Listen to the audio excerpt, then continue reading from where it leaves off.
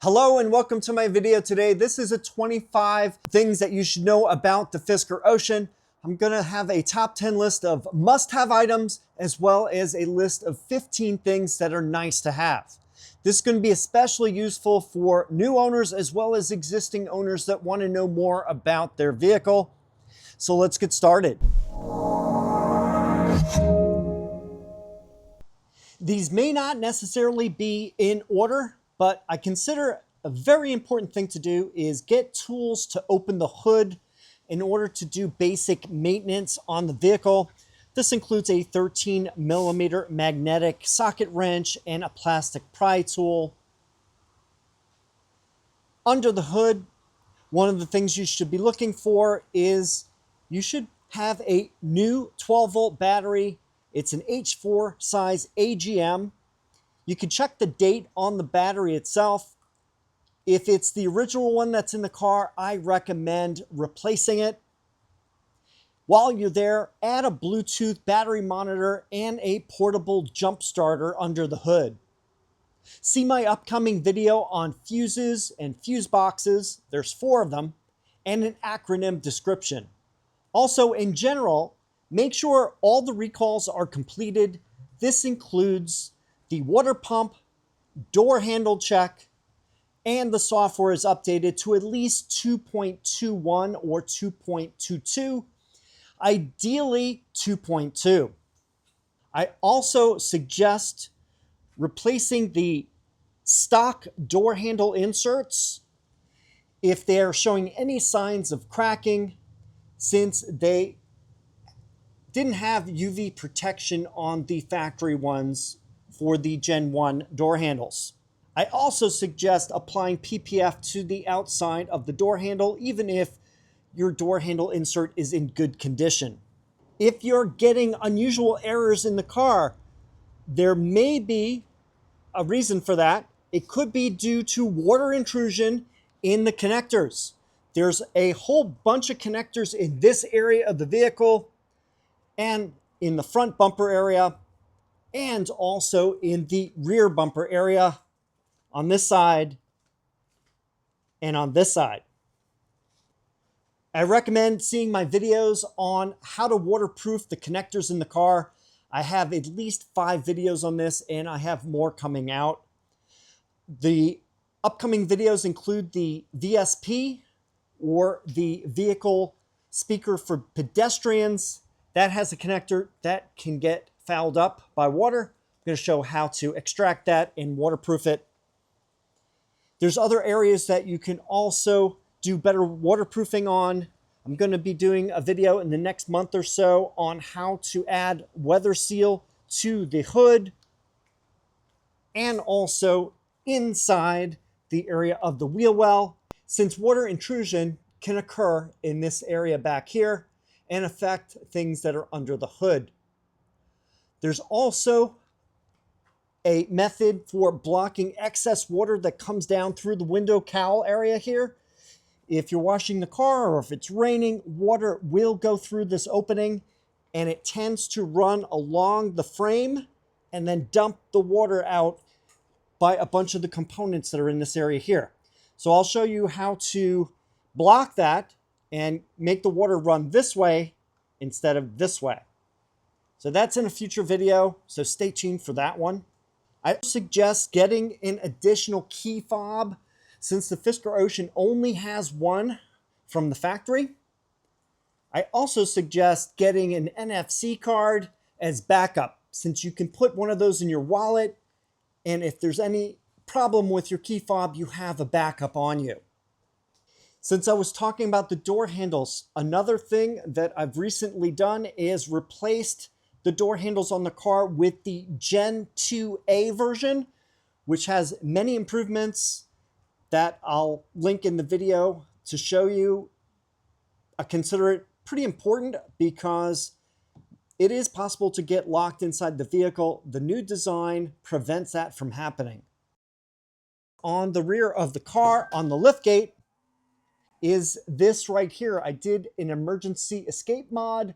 This attaches to the latch. You could pull on it and you can exit the car even if it's locked from inside. So that's a very cheap solution if that problem ever does happen for you. Another thing I suggest getting is a 240 volt EVSE or charging station for your vehicle. You only need about 32 amps since that's the max that the car can handle.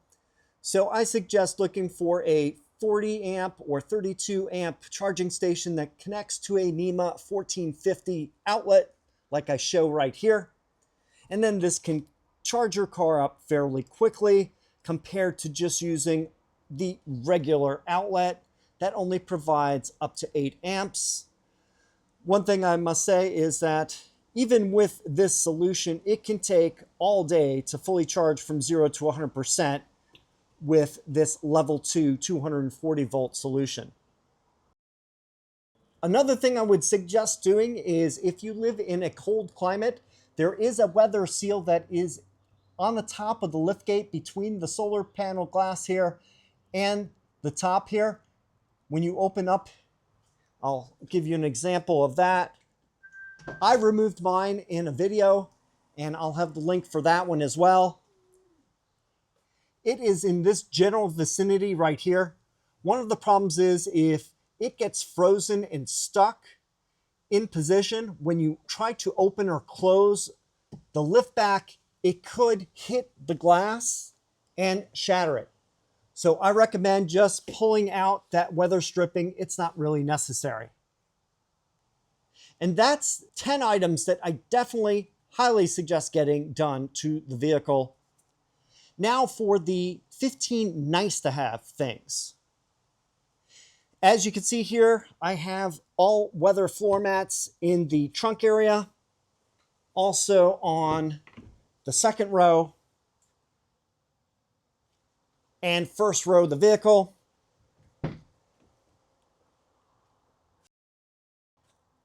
I recommend getting those. They are definitely nice to have. Also, when I'm in this area here, I added a TPMS system. This is an aftermarket system since the car doesn't directly show you the PSI for the tires. This add-on system does, and it works with a Bluetooth sensor on each of the wheels like that. I've had mine installed for over a year and it's worked very well. Another thing to look at is the brake pedal. They are known to have issues with the brake pedal disintegrating over time. This is a replacement one from Aarons.net that is very nice. They have this version and also another version that you could use to replace your existing pedal. I recommend taking off the original pedal and looking at it, make sure it's not cracked. If it is showing any signs of cracking on the inside, I would replace it immediately.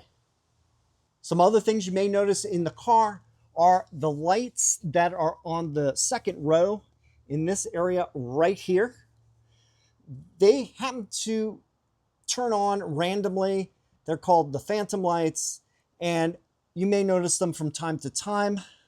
I have 2 videos on this. You can either disconnect the lights, or there is a fix where you can open them up and repair the switch that's in there, or remove the switch altogether and just use the front of the car controls for these lights.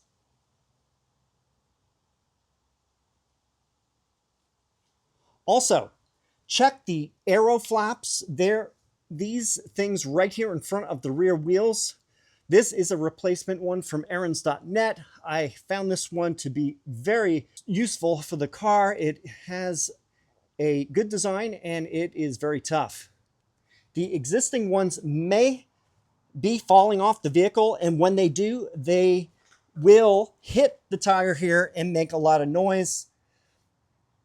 So you can either remove them and just have nothing, or put replacements on. They do help with the aerodynamics of the vehicle. This one here is a different design. Another thing nice to have is under the hood is to install a hood strut accessory. It replaces the locking hinge over on that left-hand side so that it will use 2 gas struts so you can open and close the hood and not have to worry about forgetting to use that latch and causing damage to the hood. Let me get inside real quick and show you another item I have is a phone mount. So if you're using Bluetooth or hotspot from your phone to the car, this is a handy place to have it. If you're using Google Maps and want to see it, this area here keeps the phone nice and visible. So I recommend that. I also have a USB cable that I can charge it, and that plugs into the center console. On the screen itself, I recommend, at least on the main screen here, to get a screen protector. These screens are very expensive and you don't want to accidentally have anything impact the screen and crack it. So I have installed a Glossy screen protector here. On the driver screen, I have installed a matte screen protector, so you can see the difference between the two. This is not as important as this one is. I think it's a good idea to at least protect this screen here. As far as heat during the summer, I recommend sunshades. There's a two-piece system that I've done a video on, or actually two videos on, that attaches by suction cups. I've modified mine to use these Velcro pads, and it stays in place. So during the heat of the summer, it has a silver backing on it so that it reflects the heat back out the glass. That is very handy for the inside. It's white on the inside, so that's also good. So I have the videos for those. You can see how to install that in your car. Another thing in this area here is I removed the rubber that was on the phone charging area here, and I now have it's a felt or fabric. It feels nice to the touch and it keeps the phone from moving around. And most importantly, it's very thin. You can actually order fabric off of eBay and Amazon. You just need a small section of it, maybe 2 feet by 2 feet, that you can cut down and then just tape using double-sided tape into this area. It's thin. It doesn't have a problem with blocking the charging signal from the Qi chargers on either side, so your phone can charge. So that's something I would recommend too. Also, let me reach for it under here. I have a cup adapter here. If you have any water bottles or fast food mug, fast food cups, or any other thing that is larger than this opening, you can use this cup holder here. I have it so that you can tighten it in the spot, and then it locks in place, and then you can put your drinks in there. So that is something good to have. I also have a slightly different version for the rear seats in case you want to use the pull-down cup holder in that area. Something that may come in handy is called a T-box reset switch. I have a full video that shows how to do that, but basically there's a fuse box in this area here that you need to attach an extension to, and it comes out in this area here. I'll pop it off to show you. This switch here allows you to turn the T-box on and off. It's currently left in the on position when you're using the vehicle, and it will turn off both of these screens when it's off, and then you can turn it back on. You can use this when you're having a problem such as the navigation getting locked in one location. Once you activate it, it takes about a minute or two to reset. It's very similar to a reboot process that you would do in the car. Then when you're done, you just put the cover back on and you're all set. And let's go back out again.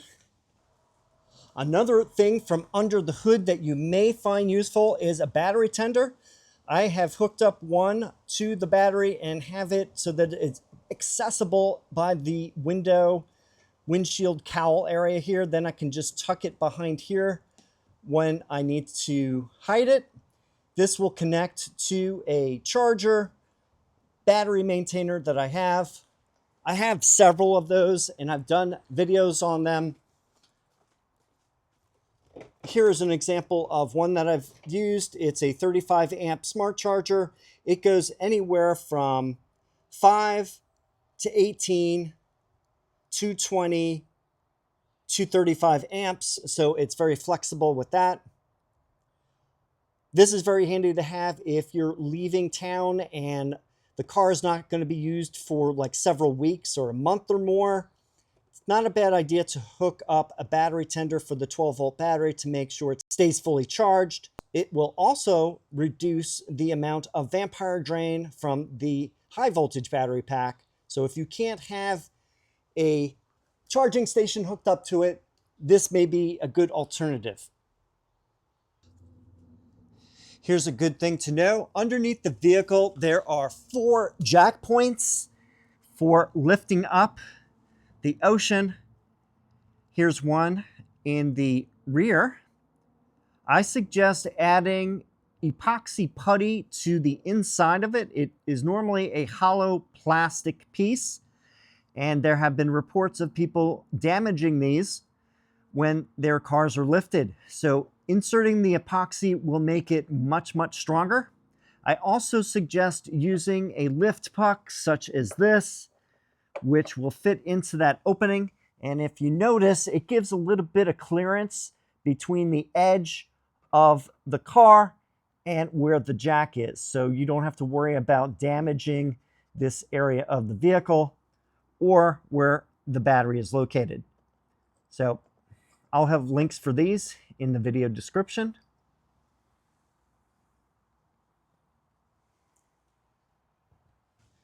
For the last item that I want to show you is a spare tire. I have a video that I did using this spare tire here. This is from easyspare.com. You can order it for the Fisker Ocean. It's a 20-inch spare tire, and it comes in this case. You can put it inside the cargo area on a long trip. Definitely recommend having that as a spare since the car doesn't come with one. And then I also think you should get a kit like this that has a 3-ton scissor jack, plus all the tools you need if you have a problem on the highway or other roads and you need to change the tire and put the spare on. Keep this in your lower compartment of the cargo area. It's probably a good idea to have that. Well, I hope you found this video useful. The top 10 things that I think are must-haves for the Fisker Ocean, as well as 15 items that I feel are nice to have. I have links in the video description for the videos and for those products. I also have made a playlist that includes all of those items, so check that out. If you have any questions or comments, please leave them down below. Thanks for watching, and I'll see you in the next video.